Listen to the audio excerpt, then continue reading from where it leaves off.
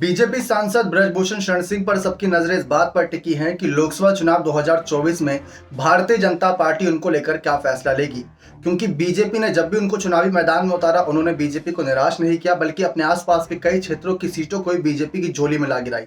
और अगर बात करें कि बीजेपी से अलग जाकर भी इन्होंने चुनाव लड़ा, तो समाजवादी पार्टी के टिकट से साल 2009 में चुनाव लड़ा था और तब भी ये सांसद चुने गए थे। चाहे जो भी आरोप लगे हों, जो भी वाद विवाद रहा हो, लेकिन सांसद के तौर पर बृजभूषण शरण सिंह जनता की पसंद रहे हैं। अब जैसा कि आप जानते हैं, महिला पहलवान का मुद्दा काफी गरमाया हुआ है। विनेश, साक्षी और बजरंग पुनिया के कदम के बाद तो मामला और ज्यादा तूल पकड़ता नजर आ रहा है। अवार्ड वापस किए जा रहे हैं, संन्यास की घोषणा कर रहे हैं पहलवान जो देश को गोल्ड मेडल जिताए थे। अब ऐसे में ये बहुत बड़ा मामला है। आज नहीं तो कल विपक्ष इसको बड़ा मुद्दा बनाएगा लोकसभा चुनाव में, और इस मुद्दे के सहारे तमाम महिला वोटर्स को साधने की कोशिश करेगा कि जो भारतीय जनता पार्टी के दिग्गज नेता मोदी और योगी महिला सुरक्षा की बात करते हैं, वे अपने ही सांसद के खिलाफ एक बाहुबली, जैसे कि राहुल गांधी ने अपनी हाल ही में अपने सोशल मीडिया साइट एक्स पर जो पोस्ट किया, उसमें बाहुबली शब्द का जिक्र किया कि बाहुबली नेता के खिलाफ कोई कार्यवाही नहीं कर पा रहे, उनसे डर रहे हैं। तो ये एक सवाल खड़ा होगा। खैर, इन सब के बीच बात करें तो बृजभूषण ने हाल ही में खुद संन्यास शब्द का इस्तेमाल किया था।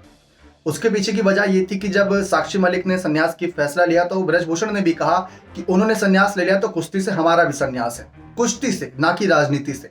और राजनीति से संन्यास की बात जब आई थी या इस्तीफे की बात आई थी, तो बृजभूषण शरण सिंह आग बबूला हो गए थे। उन्होंने कहा था कि ना तो इन पहलवानों ने, ना तो मीडिया ने, किसी ने उनको नहीं चुना था, उनके क्षेत्र की जनता ने उनको चुनकर सांसद पद पर बैठाया था। तो कौन होते हैं वो लोग मेरे को कहने वाले कि इस्तीफा दे दें?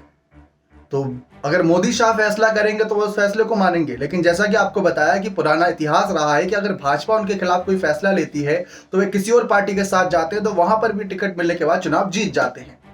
और इस बार तो उन्होंने खुद ये कहा कि अगर ऐसा लग रहा है कि पहलवानों का दबदबा है हरियाणा में, तो मैं हरियाणा से चुनाव लड़ने के लिए तैयार हूं। ये बृजभूषण का बयान था। अब सवाल ये उठता है कि करे तो करे क्या भाजपा? 66 वर्षीय हो चुके हैं बृजभूषण शरण सिंह। अगर देखा जाए तो संन्यास तो बहुत दूर है इस समय, फिलहाल तो जनता की पसंद के तौर पे है ही।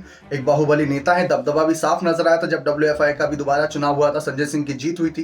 तो सवाल ये आता है कि क्या कोई ऐसी रणनीति रहेगी कि बृजभूषण शरण सिंह को चुनावी मैदान में उतारा जाए या ना उतारा जाए? क्या इनके संन्यास की ऐलान अब आधिकारिक तौर पर कुश्ती के साथ साथ राजनीति से भी कर दे? क्योंकि बीजेपी को अपनी छवि साफ रखनी है, ये बात साफ है। और इनके खिलाफ अगर कार्रवाई करनी होती तो इस एक साल के अंतराल के बीच कार्रवाई हो जाती।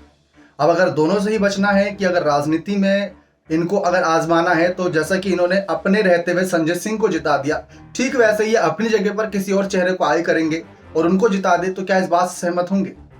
इनके बेटे भी इस समय राजनीति में सक्रिय, आपको याद दिला दें, पत्नी भी एक बार चुनाव जीत चुकी है। तो ये बड़ा फैसला रहेगा इस बार बीजेपी का, और सबकी नजरें इस बात पर रहेंगी कि क्या फैसला रहता है। फिलहाल तो जो एक इनका नारा था, दबदबा है दबदबा रहेगा, तो वो साफ नजर आता है। लेकिन कार्यवाही पर क्या कुछ आगे चर्चा होगी, ये तो पहलवानों की तरफ से ही अगला कदम क्या होगा, इन सब पर निर्भर करेगा। खैर, राहुल गांधी, प्रियंका और तमाम विपक्षी नेता अब इस मुद्दे पर जोर देना शुरू कर दिए हैं, क्योंकि ये बड़ा मुद्दा लोकसभा चुनाव में बन सकता है। बने रहें चैनल के साथ। बहुत बहुत धन्यवाद।